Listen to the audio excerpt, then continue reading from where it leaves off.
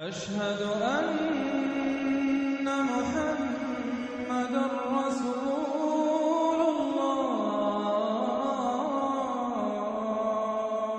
پہاڑوں کے بارے میں آج میں نے جب دیکھا تو 11 مقامات پر قرآن مجید میں یہ صراحت کی گئی ہے کہ یہ پہاڑ ریزہ ریزہ ہو جائیں گے، ریت بن جائیں گے، پھسلتی ہوئی ریت، یہ ایسے چلیں گے جیسے کہ دھنکی ہوئی ہوئی ہو یا اون ہو، جیسے کہ بادل چلتے ہیں۔ اب یہ ظاہر بات ہے کہ یہ بادلوں کا تصور آج جتنا ہمیں ہے، وہ جس وقت یہ آیات نازل ہوئی تھی عام آدمی تصور نہیں کر سکتا تھا کہ بادل کی کیفیت کیا ہوتی ہے۔ نیچے سے تو بادل جو ہے سالڈ نظر آتا ہے، لیکن یہ کہ آج ہمیں معلوم ہے جب جہاز جب چیرتا ہے بادلوں کو اوپر چڑھتے ہوئے یا اترتے ہوئے تو اس کی کیفیت محسوس ہوتی ہے کہ یہ دھنکی ہوئی ہوئی کے مانند ہے یا دھنکی ہوئی اون کے مانند ہے۔ تو پہاڑوں کے بارے میں قیامت میں جو کچھ ان کا معاملہ ہونے والا ہے یہ بہت تفصیل سے آیا ہے۔ میں ذرا تیزی کے ساتھ آپ کو وہ مقامات جو ہے وہ گنوا دیتا ہوں۔ سورۃ المرسلات جو ابھی زیادہ دیر نہیں ہوئی کہ ہم نے پڑھی تھی، اس میں فرمایا وَإِذَا الْجِبَالُ نُسِفَتْ، جبکہ یہ پہاڑ جو ہے یہ ریزہ ریزہ کر دیے جائیں گے۔ سورۃ النبأ میں آ چکا ہے وَسُيِّرَتِ الْجِبَالُ فَكَانَتْ سَرَابًا، یہ پہاڑ چلائے جائیں گے اور یہ ریت بن جائیں گے، اور ریت چمکتی ہوئی ریت، جیسے کہ کہیں صحرا کے اندر ریت چمکتی ہے تو سراب محسوس ہوتا ہے کہ جیسے پانی ہے، یہ پہاڑ بھی اس شکل کے ہو جائیں گے۔ سورۃ الکہف میں فرمایا وَيَوْمَ نُسَيِّرُ الْجِبَالَ، جس دن کے ہم پہاڑوں کو چلائیں گے۔ سورہ طٰہٰ میں فرمایا وَيَسْأَلُونَكَ عَنِ الْجِبَالِ، یہ پوچھتے ہیں آپ سے پہاڑوں کے بارے میں، فَقُلْ يَنسِفُهَا رَبِّي نَسْفًا، کہہ دیجئے یہ پہاڑ تمہیں کوئی بڑی شے نظر آ رہے ہوں گے لیکن میرا رب تو ان کو ریزہ ریزہ کر دے گا۔ سورۃ النمل میں فرمایا وَتَرَى الْجِبَالَ تَحْسَبُهَا جَامِدَةً وَهِيَ تَمُرُّ مَرَّ السَّحَابِ، تم دیکھ رہے ہو پہاڑوں کو اور سمجھتے ہو بڑی ٹھوس چیز ہے، یہ تو بہت ہی مضبوط شے ہے، بڑی جامد شے ہے، جمی ہوئی شے ہے، اس کے کہیں جنبش کھانے کا کیا سوال۔ لیکن قیامت کے روز دیکھو گے کہ یہ جیسے بادل چلتے ہیں ایسے یہ پہاڑ چل رہے ہیں۔ سورۃ الطور میں فرمایا یوم تمور السماء مورا وتسیر الجبال سیرا، جس میں زمین کانپے گی، لرزے گی۔ یہ زلزلہ الساعہ جو ہے، زمین کا کانپنا اور زمین پر ایک زلزلہ آنا، یہ تو بہت مرتبہ آیا ہے۔ وتسیر الجبال سیرا، اور چلیں گے یہ پہاڑ جیسے کہ چلتے ہیں، ایسے ہی نہیں، یعنی یہ کہ یہ کوئی محاورہ یا استعارہ نہیں ہے، بالفعل جیسے کہ چلا جاتا ہے، یہ مفعول مطلق ہے۔ اسی طرح سورۃ الواقعہ میں فرمایا اذا رجت الارض رجا وبست الجبال بسا، سورہ حاقہ میں فرمایا وحملت الارض والجبال فدکتا دکتا واحدہ، یہ زمین پہاڑوں سمیت اٹھائی جائے گی اور پھر پٹک دی جائے گی جیسے کہ پٹکا جاتا ہے ایک ہی بار، اور گویا کہ اس طرح اس سے وہ چپٹی ہو جائے گی۔ اس کی لمبائی کی جو گولائی کہہ لیجئے اس وقت ہمارے علم میں ہے، کوئی اس کے اندر جیسے سورہ طٰہٰ میں آیا ہے لا تری فیہا عوجا ولا امتا، نہ کوئی اونچان اور نیچان نظر آئے گی اور نہ کوئی موڑ، کہیں بھی کوئی کجی نہیں ہوئی۔ سورۃ المزمل میں آیا ہے یوم ترجف الارض والجبال وکانت الجبال کثیبا مہیلا، یہ پہاڑ ایسے ہو جائیں گے جیسے پھسلتی ہوئی ریت۔ سورۃ المعارج میں آیا ہے یوم یکون السماء کالمہل وتکون الجبال کالعہن، یہ پہاڑ ایسے ہو جائیں گے جیسے کہ دھنکی ہوئی اون، اور یہی پھر سورۃ القاریہ میں آگے چل کر آ جائے گا وَتَكُونُ الْجِبَالُ كَالْعِهْنِ الْمَنْفُوشِ،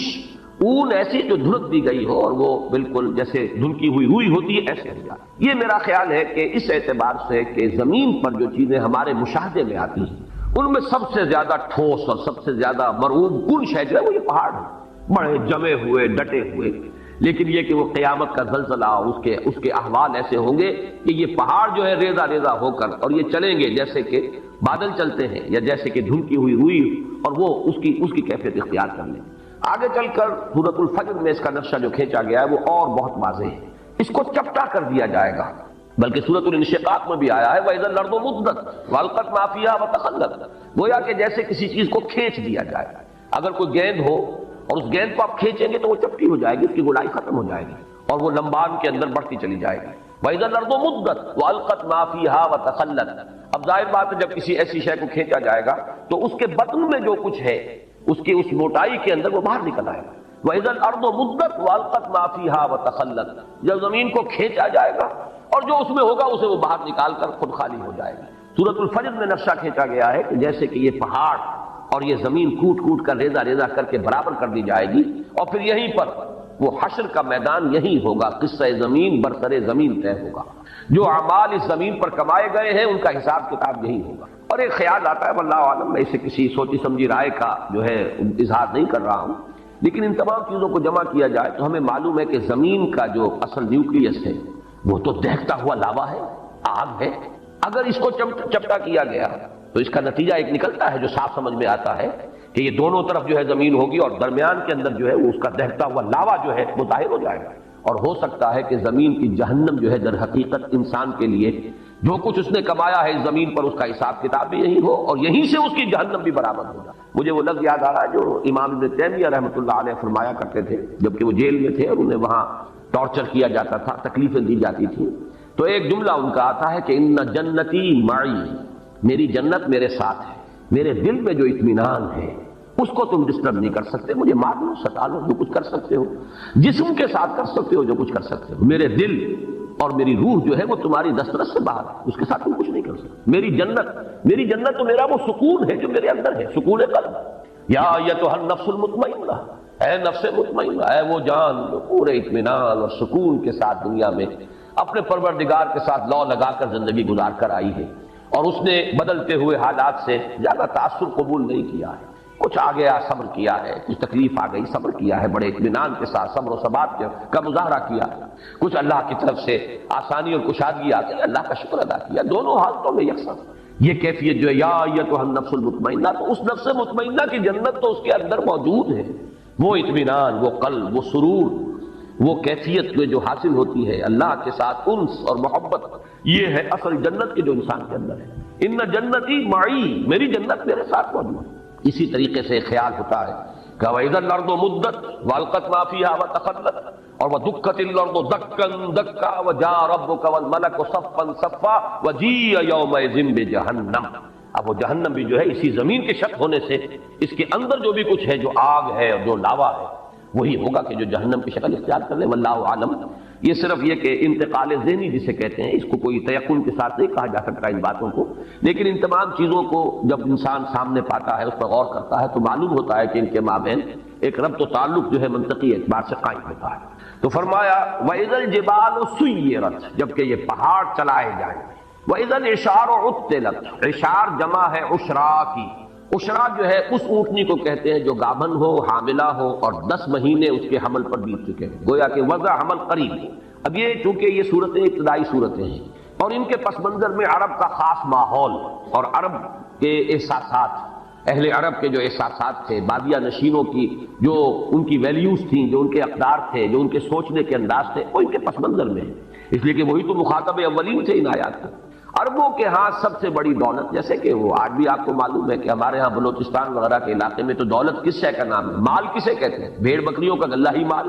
تو ان کے ہاں بھی یہی چیزیں تھیں اصل دولت، اور اونٹ ان میں بڑی قیمتی شے، اور ایسی اونٹنی کے جو گابن ہے جو اب بچہ دینے والی ہے، وہ تو پھر اس کے بعد دودھ بھی ملے گا، اور یہ کہ ایک اللہ تعالیٰ کی طرف سے احسان ہونے والا ہے،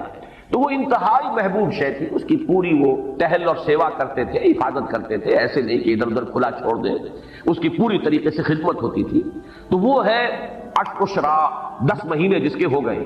اور اشار اس کی جمع ہے۔ فرمایا وَإِذَا الْإِشَارُ عُطِّلَتْ، جبکہ وہ 10 ماہ کی حاملہ اور گابن اونٹنیاں جو ہے وہ ایسے ہی پھر رہی ہوں گی کہ ان کی طرف کسی کو کوئی توجہ نہیں ہوگی، جیسے کہ ان کی طرف کوئی التفات ہی نہیں، کسی کو ہوش ہی نہیں۔ یہ بالکل وہی نقشہ جو سورہ حج کے شروع میں کھینچا گیا، یوم تذہل کل مرضعۃ عما ارضعت وتضع کل ذات حمل حملها، جس دن دودھ پلانے والی مائیں بھول جائیں گی اپنے دودھ پیتے بچوں کو، یعنی انسان کے اندر جو عواطف ہیں، جو میلانات ہیں، جو احساسات و جذبات ہیں، ان میں ماں کی محبت اور اس کے اندر جو شدت ہوتی ہے جو اللہ نے رکھی ہے، اس کے بغیر کیسے پرورش ہو سکتی ہے بچوں کی۔ پھر یہ کہ خاص طور پر دودھ پیتا بچہ، اس کے لیے جو رحمت اور مودت اور شفقت اور عنایت اور التفات کی کیفیت ہے، لیکن یہ تذہل کل مرضعۃ عما ارضعت، جس کو دودھ پلاتی ہوگی بھول جائے گی۔ اور یہ نقشہ ہمارے ہاں آ چکا ہے، اوجڑی کیمپ کا جو حادثہ ہوا تھا، تو پنڈی کی جو خبریں آئی تھی راولپنڈی شہر کی، ان میں وہ چیزیں آئی تھی، آپ کو یاد ہوگا کہ مائیں چھوڑ گئی بچوں کو، بھول گئی اپنے بچوں کو، جب آتی ہے وہ دہشت کی کیفیت اور اپنی جان پر بنی ہوتی ہے تو پھر بھول جاتی ہے۔ اور یہ گویا کہ کسی کے یعنی جذبات کے اندر یعنی محو ہو جانے کا اور اپنی کیفیت ہی کے اندر پوری طریقے سے کھو جانے کی آخری کیفیت ہے کہ ماں اپنے دودھ پیتے بچے کو بھول جائے، یہی کیفیت ماں ہے۔ وَإِذَا الْإِشَارُ عُطِّلَتْ، جبکہ یہ 10 ماہ کی گابن اونٹنیاں بھی کھلی پھری ہوں گی، پھر رہی ہوں گی، کوئی ان کا والی وارث نہ ہوگا۔ وَإِذَا الْوُحُوشُ حُشِرَتْ، اور جبکہ درندے وحوش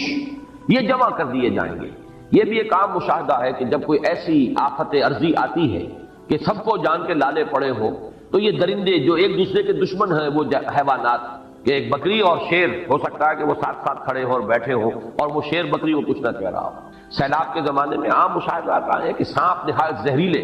اور انسان ایک ہی تختے کے اوپر چلے آ رہے ہیں تیرتے ہوئے، اور سانپ جو ہے انسان کو نہیں کاٹ رہا اور نہ انسان سانپ کو کچھ کہہ رہا، اس لیے کہ پڑی ہوئی ہے اپنی جان پر بنی ہوئی ہے۔ تو وَإِذَا الْوُحُوشُ حُشِرَتْ، جب کہ یہ درندے جمع ہو جائیں گے، گویا کہ دہشت کا عالم ایسا ہوگا، صرف انسان ہی نہیں حیوانات بھی اس کی شدت کو پوری طرح محسوس کر رہے ہوں گے، درندے بھی اس کی وجہ سے اس کیفیت میں ہوں گے کہ انہیں بس اپنی ہی فکر لگی ہوگی اور کسی جانب کوئی ہوش اور التفات نہیں ہوگا۔ وَإِذَا الْبِحَارُ سُجِّرَتْ، جیسا کہ میں نے عرض کیا تھا یہ آیت جو ہے اگلی صورت میں آئی ہے وَإِذَا الْبِحَارُ فُجِّرَتْ۔ سجرت اور فجرت ایک ہی معنی ہے۔ تنور کو جبکہ بھڑکایا جاتا ہے تو آگ اس میں سے نکلتی ہے، تنور کے اوپر سے آ جاتی ہے، یہ ہے تفجیر کے اصل معنی۔ جبکہ یہ سمندر جو ہے ابلے، اس میں بھی وہ بات جو میں نے ابھی عرض کی ہے بات سمجھ میں آتی ہے کہ وہ لاوا جو زمین کے اندر ہے اگر وہ اوپر آیا سطح کے قریب تو یہ تو گویا کہ ایسے ہی ہے کہ جیسے کسی بہت بڑی بھٹی کے اوپر جو ہے وہ ایک دیگ کے اندر پانی جو ہے بھرا ہوا ہو تو وہ تو ابلے گا، بری طرح ابلے گا۔ تو یہ سمندر جو ہے یہ ان کے نیچے اگر وہ زمین کا جو کور ہے زمین کا، اس میں اندر جو آگ ہے، جو لاوا ہے، جو حرارت ہے، وہ اگر اس زمین کے چپٹا ہونے کی وجہ سے اور اس کے کھینچے جانے کی وجہ سے وہ اوپر آئے گا تو گویا کہ سمندر جو ہے یہ تو ان کڑھاؤں کے مانند ہو جائیں گے جن میں پانی بھرا ہوا ہے، ان کے نیچے آگ دکھا دی گئی ہے۔ تو وہی کیفیت جو ہے وَإِذَا الْبِحَارُ سُجِّرَتْ وَإِذَا النُّفُوسُ زُوِّجَتْ، اور جب کہ جانوں کا جوڑ ملایا جائے گا یا جانیں گروہوں کی صورت میں تقسیم کی جائیں گی۔ اس زوِّجت کے دو معنی کیے گئے ہیں، ایک تو یہ کہ جان، ظاہر بات ہے کہ وہ جان تو نکل چکی ہوگی، انسان جب دفن ہوں گے تو ان کا جو بھی مادہ تخلیق ہے وہ تو زمین میں ہے، ہمارے تمام اجزاء تحلیل ہو کر زمین ہی میں ہوں گے، لیکن جان تو نہیں ہوگی، جان تو ہماری وہاں سے نکال دی گئی تھی۔ اب یہ ہے کہ ان جانوں کو جوڑ دیا جائے گا ان جسموں کے ساتھ کہ جن کو اللہ تعالیٰ اثر نو تخلیق فرمائے گا۔ ایک مفہوم تو یہ لیا گیا ہے جبکہ جان اور جسم کا جوڑا ملا دیا جائے گا، جوڑ ملا دیا جائے گا فَإِذَا النُّفُوسُ زُوِّجَتْ۔ دوسرے معنی یہ لیے گئے ہیں جیسے کہ وَكُنْتُمْ أَزْوَاجًا ثَلَاثًا سورۃ الواقعہ میں آیا ہے، گروہوں میں تقسیم ہو جائے گا۔ بڑی بڑی تقسیم تو تین گروہ ہیں، ایک وہ ہے فَالسَّابِقُونَ السَّابِقُونَ أُولَٰئِكَ الْمُقَرَّبُونَ، وہ تو اللہ کے مقرب بندے ہیں، بہت آگے نکل جانے والے سابقون۔ ایک وہ ہے جو اصحاب الیمین ہے کامیاب ہو گئے ہیں داہنے والے لیکن بہرحال اس درجے کو نہیں ہے۔ اور تیسرے اصحاب الشمال ہے جہنمی ہیں جن کو سزا دی جائے گی۔ پھر یہ کہ ہر ایک کے اندر گروہ بندی ہوگی، جیسے کہ فرمایا ایک حدیث میں کہ جنت کے دروازے ہیں متعدد، کسی دروازے سے بلایا جائے گا ان کو جن کو خاص طور پر نماز کے ساتھ دلی محبت ہے، کسی دوسرے دروازے سے بلایا جائے گا باب الریان جن کو روزہ رکھنے کا خصوصی جو ہے ایک شغف تھا اور شوق تھا، تو تر و تازگی کا دروازہ ہے جنت کا، اس سے انہیں بلایا جائے گا۔ اور کسی کو صدقہ و خیرات سے زیادہ مناسبت تھی تو اس کا کوئی دروازہ اور ہوگا، وہاں سے بلایا جائے گا، آؤ اللہ کی راہ میں خرچ کرنے والے آؤ اس دروازے سے جنت میں داخل ہو جاؤ۔ تو یہ بھی تو مختلف گروہ ہو گئے۔ اور یہاں یہ نوٹ کر لیجیے اس سے مراد فرض عبادات نہیں ہے، وہ تو سب کو کرنی ہے، فرض نمازیں سب کو پڑھنی، لیکن جن کو نفلی نمازوں کا، تہجد کا، اشراق کا، عشاء اور جو بھی نمازیں ہیں، چاشت ہے، اوابین ہے، جن کو اس سے خصوصی مناسبت ہے اور محبت ہے، ان کو ایک دروازے سے پکارا جائے گا۔ روزے جو ہے رمضان کے تو سب کو ہی رکھنے ہیں، لیکن یہ کہ نفلی روزوں کا جنہیں ذوق ہے اور شوق سے جو رکھتے ہیں ان کو دوسرے دروازے سے باب الریان کہا گیا، تر و تازگی کا، اور بڑا اس کے اندر مناسبت ہے اس کے نام کی اس سے کہ روزے میں آدمی سوکھ سا جاتا ہے، ہونٹوں پر پپڑیاں آ جاتی ہیں اور ویسے بھی چہرہ سوکھ جاتا ہے، ڈی ہائیڈریشن ہوتی ہے، لہذا ان کو جس دروازے سے اندر جنت میں داخل ہونے کی دعوت دی جائے گی وہ باب الریان ہے، وہ تر و تازگی کا دروازہ ہے، اس لیے کہ وہ جو روزے کی خشکی کہہ لیجئے یا روزے کا وہ جو سوکھ جانا ہے اور ڈی ہائیڈریشن ہے، گویا کہ اس کا جو اب یعنی بدل ملنے والا ہے وہ ہے تر و تازگی۔ تو یہ مختلف گروہوں کے اندر اہل جنت بھی منقسم ہو، پھر اہل جنت کے درجات ہیں، جیسے کہ حضور نے فرمایا کہ ادنا درجے کا جنتی اپنے سے اوپر کے درجے کے جنتی کو ایسے دیکھے گا جیسے تم زمین پر بیٹھ کے ستاروں کو دیکھتے ہو۔ تو اذن نفوس و زوجت کے دو معنی ہو گئے، ایک تو یہ کہ جانیں جسموں کے ساتھ جوڑ دی جائیں گی، جوڑے ملا دیے جائیں گے ہر جان کے ساتھ اس کے جسم کا۔ دوسرا یہ کہ گروہوں میں منقسم کر دیں گے، کنتم ازواجا ثلاثہ وَإِذَا الْمَوْءُودَةُ سُئِلَتْ بِأَيِّ ذَنبٍ قُتِلَتْ۔ اب یہاں سے بات چل رہی ہے آگے، گویا کہ اب میدان حشر ہے، عدالت خداوندی اب لگ گئی، اس میں جو محاسبے ہونے ہیں، جن گناہوں کے اوپر پکڑ ہونی ہے، ان میں یہاں ایک بڑی جذباتی بات کا تذکرہ کیا جا رہا ہے۔ یہ وعد، واو وا اور حمزہ اور دال، وا، اسی سے یہ جو اس کا مفعول ہے موعودہ، وہ بچی جو زندہ درگور کر دی گئی، جو عرب کا بدترین رواج تھا، بچیوں کو پیدا ہوتے ہی وہ گلا گھونٹ کر مارا، یا یہ کہ گڑھا کھودا اور اس میں ڈالا اور اس کے اوپر سے مٹی ڈال کر برابر کر دیا۔ یہ گویا کہ درندگی کا اور شقاوت کا اور انسان کی کہنا چاہیے کہ دل کی سختی کا یہ ایک انتہائی معاملہ ہے۔ خود اپنا لخت جگر ہو ایک شخص کا کہ اپنی اولاد ہے، لیکن یہ کہ اس اولاد کے ساتھ یہ حشر کرنا، کچھ اس وجہ سے بھی کرتے تھے، فقر کی وجہ سے، کہ پیٹ پالنے مشکل ہیں اور یہ پیٹ بڑھ رہے ہیں، ان کے منہ جو ہے جن میں کھانا ڈالنا ہے، چلو بیٹوں کو تو رکھو، بیٹیوں کو دفن کرو۔ ایک یہ کہ غیرت کا ایک بڑا ایک عجیب اور غلط جاہلی تصور تھا کہ کبھی کوئی ہمارے گھر میں داماد بن کر آئے گا، یہ کیسے ہم گوارا کریں گے؟ تو اس سے یہ ہے کہ نہ رہے بانس نہ بجے بانسری، نہ بیٹی زندہ رہے نہ کسی کے داماد بن کر ہمارے گھر میں آنے کا تصور پیدا ہو۔ تو اس کا نقشہ کھینچا جا رہا ہے، چونکہ جیسے میں نے عرض کیا اولین مخاطب ہے وہ اہل عرب، ان میں جن کے اندر بھی کوئی احساس انسانیت کا برقرار تھا، اس میں اسی تار کو چھیڑا جا رہا ہے کہ ان کے دلوں کے اندر یقیناً اس چیز سے نفرت ہوگی، اور اسی سے اس کے حوالے سے بات کی جا رہی ہے۔ وَإِذَا الْمَوْءُودَةُ سُئِلَتْ، اور بڑا لطیف انداز ہے کہ یوں نہیں کہا جا رہا کہ ان سے پوچھا جائے گا کہ تم نے اپنی بچیوں کو کیوں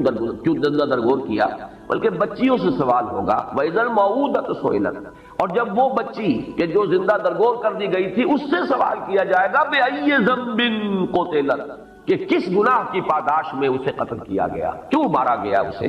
گویا کہ بظاہر کہا جا رہا ہے اس بچی سے پوچھا جائے گا، اصل میں تو ان سے پوچھا جانا ہے۔ یہاں مجھے یاد آ رہا ہے کہ ایک روایت میں آتا ہے حضرت حسن رضی اللہ تعالیٰ عنہ نے خواب دیکھا تھا حضرت عثمان رضی اللہ تعالیٰ عنہ کی شہادت کے بعد، اور انہوں نے پھر وہ بیان کیا خواب۔ لوگوں نے حضرت علی سے کہا کہ یہ کیا خواب بیان کر رہے ہیں حضرت حسن آپ کے بیٹے؟ تو حضرت علی نے فرمایا اس نے جو دیکھا ہے وہ بیان کر رہا ہے، اور خواب یہ تھا کہ اللہ کی عدالت لگی ہوئی ہے، اللہ تعالیٰ عرش پر ہے، اور فرشتے جو ہیں وہ جو ہے اس تخت کے پائے تھامے کھڑے ہیں، خود محمد رسول اللہ صلی اللہ علیہ وسلم کھڑے ہیں، اور ان کے ساتھ حضرت ابو بکر ہیں، حضرت عثمان، حضرت عمر ہیں۔ اتنے میں حضرت عثمان آتے ہیں خون میں نہائے ہوئے اور اپنا سر اپنے ہاتھ میں لیے ہوئے، اور وہ آ کر فریاد کریں پروردگار پوچھ ان لوگوں سے کہ انہوں نے مجھے کس جرم کی پاداش میں قتل کیا ہے، کس گناہ کی پاداش میں مجھے شہید کیا گیا ہے۔ تو مجھے وہ واقعہ یاد آ گیا، وَإِذَا الْمَوْءُودَةُ سُئِلَتْ بِأَيِّ ذَنبٍ قُتِلَتْ۔ اس خواب کا بقیہ حصہ یہ ہے کہ عرش الہی تھرایا، اور پھر اللہ تعالیٰ کے غضب کا ظہور اس طریقے سے ہوا کہ خون کے دو پرنالے زمین کی طرف جاری کر دیے گئے۔ اس کی تعبیر ہے جنگ جمل اور جنگ صفین۔ وہ حضرت عثمان رضی اللہ تعالیٰ عنہ کی شہادت مظلومانہ جو ہے، یہ اللہ تعالیٰ کی طرف سے گویا کہ اس کی سزا ہے جو مسلمانوں کو ملی، کہ پھر 10,000 ایک جنگ کے اندر اور شاید 74,000 ایک جنگ کے اندر مسلمان جو ہے قتل ہوئے ایک دوسرے کی تلواروں اور تیروں سے۔ تو یہ دو خون کے پرنالے تھے جو عرش الہی سے زمین کی طرف جو ہے جاری کر دیے گئے۔ وَإِذَا الْمَوْءُودَةُ سُئِلَتْ بِأَيِّ ذَنبٍ قُتِلَتْ، اور جب کہ پوچھا جائے گا اس بچی سے جو زندہ دفن کر دی گئی تھی کہ کس گناہ کی پاداش میں اسے قتل کیا گیا۔ وَإِذَا الصُّحُفُ نُشِرَتْ، اور جب کہ صحیفے کھول دیے جائیں گے، واضح کر دیے جائیں گے۔ اعمال نامے جس کا کہ نقشہ سورہ کہف میں جو کھینچا گیا ہے وہ تو ایسے ہے کہ جیسے کوئی ایک ہی اعمال نامہ ہے۔ ظاہر بات ہے کہ کوئی بہت بڑا کیبنٹ ہو جس میں ہر ایک کی فائل موجود ہو، یا آج ہمارا تصور جو ہے زیادہ قریب آ سکتا ہے کہ بہت بڑا کمپیوٹر ہے جس میں کہ صرف ایک بٹن دبانے کی دیر ہے کہ آپ کا فلم چل پڑے، اور آپ کی پوری زندگی کا ایک ایک حرف جو آپ کی زبان سے نکلا ہے اس کا جو اس کی ٹیپ شروع ہو جائے اور پورا کا پورا معاملہ۔ آج تو ہم یہ چیزیں بہت قریب ہو کر سمجھ سکتے ہیں کہ کوئی بعید نہیں رہی۔ یہ تو جو ٹیکنالوجی آج ہمارے پاس ہے اس کے حوالے سے وہ چیزیں کہ جو آج سے کوئی 1000 برس پہلے 1400 برس پہلے تو بڑے گہرے، یعنی سمجھیے ایمان بالغیب کی بڑی شدید گہرائی کی ضرورت تھی ان باتوں کو ماننے کی۔ جو وہ میں نے لفظ استعمال کیا جو سورہ بقرہ کے شروع میں الذین یؤمنون بالغیب، تو غیب میں ایسی چیزوں کو کہ جن کے لیے کوئی انسان کے فہم کا ابھی آس پاس بھی جو ہے گزر نہ ہوا ہو، ان چیزوں کا انسان کے فہم میں ان کو ماننے کے لیے تو ایمان بالغیب کی بڑی گہری اور بڑی ہی یوں سمجھیے کہ شدت کی ضرورت تھی کہ مانے کہ محمد اللہ کے رسول ہے، جو فرما رہے ہیں وہ حق ہے۔ لیکن آج تو یہ چیزیں ہمارے سامنے کی چیزیں ہیں، گویا کہ کوئی اس کے اندر استبعاد ہی نہیں رہا، ان کا ماننا قطعاً مشکل نہیں رہا، اس لیے کہ بٹن کے سائز کے ٹیپ ریکارڈر موجود ہیں، آپ کے ساتھ آپ کو شخص گفتگو کرنے آیا ہے آپ کو پتہ بھی نہیں ہے، اور وہ اس کے ساتھ ریکارڈنگ بھی ہو رہی موجود ہے۔ اسی طریقے سے وَوُضِعَ الْكِتَابُ فَتَرَى الْمُجْرِمِينَ مُشْفِقِينَ مِمَّا فِيهِ وَيَقُولُونَ يَا وَيْلَتَنَا مَا لِهَذَا الْكِتَابِ لَا يُغَادِرُ صَغِيرَةً وَلَا كَبِيرَةً إِلَّا أَحْصَاهَا وَوَجَدُوا مَا عَمِلُوا حَاضِرًا، جب وہ اعمال نامہ لا کر رکھ دیا جائے گا تو پھر دیکھو گے کہ لوگ کانپ رہے ہوں گے، ڈر رہے ہوں گے اور کہیں گے، پکار اٹھیں گے، یہ کیسا اعمال نامہ ہے، اس نے تو کسی چھوٹی سی چھوٹی مائنیوٹ ڈیٹیل کو بھی اومٹ نہیں کیا، بڑی چیزیں بھی چھوٹی بھی سب موجود ہیں، جو کیا ہوگا اپنے سامنے موجود پائے گا۔ وَلَا يَظْلِمُ رَبُّكَ أَحَدًا، اور تیرا رب کسی پر ظلم نہیں کرے گا، ان کے اپنے کرتوت ہوں گے۔ آگے ہم چل رہے ہیں، وہ صورت بھی آ جائے گی کہ جس شخص نے ذرہ برابر ذرے کے ہم بدن نیکی کمائی ہوگی وہ بھی سامنے پائے گا، اور ذرے کے ہم بدن جو ہے بدی کمائی ہوگی وہ بھی سامنے پائے گا۔ تو یہ جو اعمال نامہ ہے، فرمایا وَإِذَا الصُّحُفُ نُشِرَتْ، کھل جائے گا، حقیقت واضح ہو جائے گا۔ وَإِذَا السَّمَاءُ كُشِطَتْ، آسمان کی کھال کھینچ لی جائے گی، کاف اور شین اور طا، یہ مادہ آتا ہے کسی چیز کے اوپر سے اس کے چمڑے کو کھینچ لینا، چھلکے کو اتار لینا۔ تو یہ آسمان کے بارے میں یہ تصور، جیسا کہ میں نے عرض کیا، کئی مرتبہ آیا ہے قرآن مجید میں، کہ جیسے کہ کوئی ایسی تبدیلی آئے گی کہ اس کے اندر سے سرخی پیدا ہو جائے گی، جیسے جانور کا جب کھال کھینچ لی جاتی ہے تو گوشت سرخ نظر آتا ہے، تو وردتن کا دہان کا لفظ آیا ہے سورہ رحمان میں، ایسے ہو جائے گا گلابی، جیسے کہ وہ تلچھٹ ہوتی ہے تانبے کی۔ تو یہ الفاظ آئے ہیں آسمان کے بارے میں۔ وَإِذَا السَّمَاءُ كُشِطَتْ وَإِذَا الْجَحِيمُ سُعِّرَتْ، اور جب جہنم کو خوب دہکایا جائے گا، جیسے بھٹی جو ہے وہ دہکائی جاتی ہے، دھوکی جاتی ہے، اس کی شدت جو ہے بڑھ جاتی ہے، ویسے تو جہنم میں پہلے ہی ہوگی، لیکن یہ کہ اس میں اور اس کے اندر ایک جوش و خروش کی کیفیت پیدا کی جائے گی۔ وَإِذَا الْجَنَّةُ أُزْلِفَتْ، ازلاف کے معنی کسی شے کو قریب لے آنا، اُزْلِفَتِ الْجَنَّةُ غیر بعید، وہ قریب لے آئی جائے گی اور کہیں دور نہیں ہوگی۔ تو یہ اگرچہ قریب ہوگی لیکن اور قریب آ جائے گی، آنکھوں کے سامنے آ جائے گی۔ اہل جنت جو ہے ان کے لیے گویا کہ تر و تازگی کا ایک پیغام۔ یہ سب ہے اس کا جو آخری بات جو میں عرض کر چکا ہوں، اس سب تمام فنومنا احوال قیامت۔ علمت نفس ما احضرت، جان لے گی ہر جان کہ کیا اس نے حاضر کیا، کیا لے کر آیا، کیا کمائی تھی، کیا اس کے اعمال تھے، کیا افعال تھے، زبان سے کیا کام لیا تھا، کیا اس سے کسی بھلائی کے پرچار کا کام لیا تھا یا اس سے برائیوں کے فروغ کا جو ہے اس کو ذریعہ بنا دیا۔ ہر شے علمت نفس ما احضرت، یہاں آ کر فل سٹاپ لگ گیا ہے اس سورہ مبارکہ، لیکن در حقیقت یوں سمجھیے کہ اگلی سورت جو ہے اس میں یہ مضمون جو ہے گویا کہ اب پوری وسعت کے ساتھ سامنے آیا۔ وہاں یہ ہے کہ اذا سے جو آیات شروع ہوئی ہیں وہ چار، اذا السماء انفطرت واذا الكواكب انتصرت واذا البحار فجرت واذا القبور بعثرت علمت نفس ما قدمت واخرت، پھر یہ کہ نقشہ جو کھینچا گیا، تو گویا کہ یہ حصہ جو ہے اس سورہ مبارکہ کا نصف اول، اس کا مثنیٰ جو ہے وہ تو ہے سورۃ الانفطار۔ البتہ اب جو حصہ آ رہا ہے سورۃ الانفطار میں اس مضمون کا کوئی سراغ نہیں ملے گا آپ کو، معنوی طور پر تو نسبت ہو جائے گی کہ آخرت میں ناکامی کا سبب نمبر ایک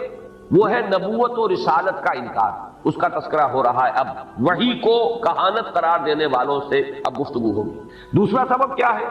آخرت کا انکار بھائی مانا کہ اللہ بڑا، یعنی جزا و سزا کا انکار، آخرت کا تو انکار نہیں لیکن جزا و سزا کا انکار۔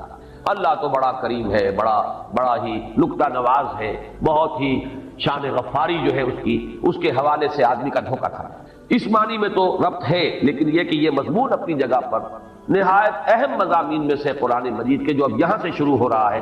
فلا اقسم بالخنس الجوار الكنس واللیل اذا عسعس والصبح اذا تنفس انہ لقول رسول کریم۔ اس مضمون کے بارے میں میں ذرا چاہوں گا کہ آپ چند باتیں تمہیداً سمجھ لیں، اس لیے کہ جیسا کہ میں نے کل جمعے میں بھی اعلان کرتے ہوئے عرض کیا تھا کہ ایک بہت بڑی گمراہی جو مسلمانوں میں اس دور میں بھی پیدا ہوئی ہے جب فلسفے کا ہمارے ہاں زیادہ رواج ہوا ہے، فلسفہ یونان کی منطق، ارسطو کی منطق اور فلسفہ، اس کی روشنی میں یا اس کی ترازو میں جب کچھ مسلمان فلسفیوں نے، ابن سینا اور فارابی اور کندی، ان لوگوں نے جبکہ دینی تصورات کو ان پیمانوں میں ڈھالنے کی کوشش کی ہے، تو جہاں اور بہت سے مسائل پیدا ہو گئے، جبر و قدر کا مسئلہ پیدا ہوا اور بہت سے مسائل پیدا ہوئے، انہی میں سے ایک مسئلہ تھا وحی کی حقیقت کا، جس میں بہت بڑی ٹھوکر کھائی ہے ان فلسفیوں نے بھی۔ اور پھر اس دور میں بھی جو ہمارا اعتزال جدیدہ کا فتنہ ایک پیدا ہوا ہے، جس میں کہ سر سید احمد خان مرحوم اللہ تعالیٰ انہیں معاف کرے، ان کی نیک نیتی پر مجھے شبہ نہیں ہے، اور مسلمان قوم کے ساتھ ان کا خلوص و اخلاص یہ بھی اپنی جگہ پر بالکل اب کوشچن ہے، اب ڈاؤٹ ہے، لیکن یہ کہ دینی معاملات میں جو انہوں نے دخل اندازی کی ہے اور خود ایک بڑے متکلم بن کر آئے ہیں اور تعبیرات جو ہے جدید پیش کرنے کی کوشش کی ہے جدید ذہن کو مطمئن کرنے کے لیے، وہ اقلیت قدیمہ تھی، یہ اقلیت جدیدہ تھی، اور ان دونوں کے نتیجے میں گمراہی پیدا ہوئی، اور وہ گمراہی وحی کے بارے میں وہی گمراہی تھی کہ جس کا یوں سمجھیے کہ ایک صدائے بازگشت میں تو کہوں گا، اس لیے کہ وہ خیال جو بھی پیش کیا تھا ڈاکٹر فضل الرحمان نے، اب مرحوم ہو گئے ہیں، ان کا بھی انتقال ہو گیا، ویسے ان کے بارے میں بھی جہاں تک میری معلومات ہیں، میری ملاقاتیں ہیں، یہاں تو بہت کم رہی ہیں لیکن امریکہ میں کئی مرتبہ ملاقات ان سے ہوئی۔ سن 68 میں آپ کو یاد ہوگا وہ تھے ادارہ جو ریسرچ اسلامک ریسرچ کاؤنسل ہے، ادارہ تحقیقات اسلامی، پہلے کراچی میں ہوتا تھا، اب پھر اس کے بعد اسلام آباد منتقل ہوا، اس کے ڈائریکٹر تھے، اور انہوں نے کتاب لکھی تھی اسلام انگریزی میں، اس میں وحی کی حقیقت کے بارے میں انہوں نے وہی خیالات پیش کیے جو سر سید کے تھے مرحوم کے اور جو ہمارے قدیم فلسفیوں کے، لیکن بہرحال وہ چونکہ گمراہی تھی تو اس کے خلاف طوفان اٹھا بہت، اور اسی کے نتیجے میں پھر انہیں پاکستان چھوڑ کر جانا پڑا۔ وہ گمراہی کیا تھی اسے سمجھنا، اور اس کے لیے بھی اس حقیقت کو سب سے پہلے سامنے لائی ہے کہ یہ قرآن کیا ہے، یہ حدیث اللہ ہے، اللہ کی حدیث، ایک ہے حدیث رسول، حضور کا فرمان، حضور کا قول، حدیث رسول، اس کے راوی اول کون ہوں گے؟ صحابی، راوی دوم پھر جو تابعی ہیں، وہ راویوں کا سلسلہ چلے گا یہاں تک کہ محدثین جو بڑے بڑے ہیں ان تک وہ راویوں کی جو ہے ایک سند کا سلسلہ جو ہے وہ چین وہاں تک پہنچے گی۔ پھر بلکہ ہمارے ہاں تو جو بھی علم حدیث کی تعلیم اور تدریس جس طور پر ہوتی ہے تو ہر محدث جو ہے وہ اپنی سند بیان کرتا ہے، میرا استاد، اس کا استاد فلاں، اس کا استاد فلاں، اس نے اس سے یہ حدیث کا فن سیکھا ہے، اس نے اس سے حدیث کا فن سیکھا ہے، وہ امام بخاری تک پہنچا دیں گے، اور پھر امام بخاری کی جو سند ہے خود محمد الرسول اللہ صلی اللہ علیہ وسلم تک، وہ تو خود بخاری کے اندر موجود ہے، ہر روایت کے ساتھ موجود ہے۔ تو سند کی بڑی اہمیت ہے حدیث کے ذمہ، اور سند میں جو راوی آتے ہیں ان راویوں کا ایک تو یہ ثبوت ملنا چاہیے کہ وہ ہم عصر تھے۔ اگر ایک شخص کہتا میں نے اس سے یہ بات سنی تو آیا ان کا زمانہ بھی ایک تھا کہ نہیں تھا؟ کہیں اگر 100 برس کا فصل ہے اور کوئی شخص کہتا ہے کہ میں نے ان سے یہ بات سنی تو معلوم ہوتا ہے کہ غلط ہے، وہ تو درمیان میں کوئی لنک اور ہونا چاہیے تھا۔ تو ایک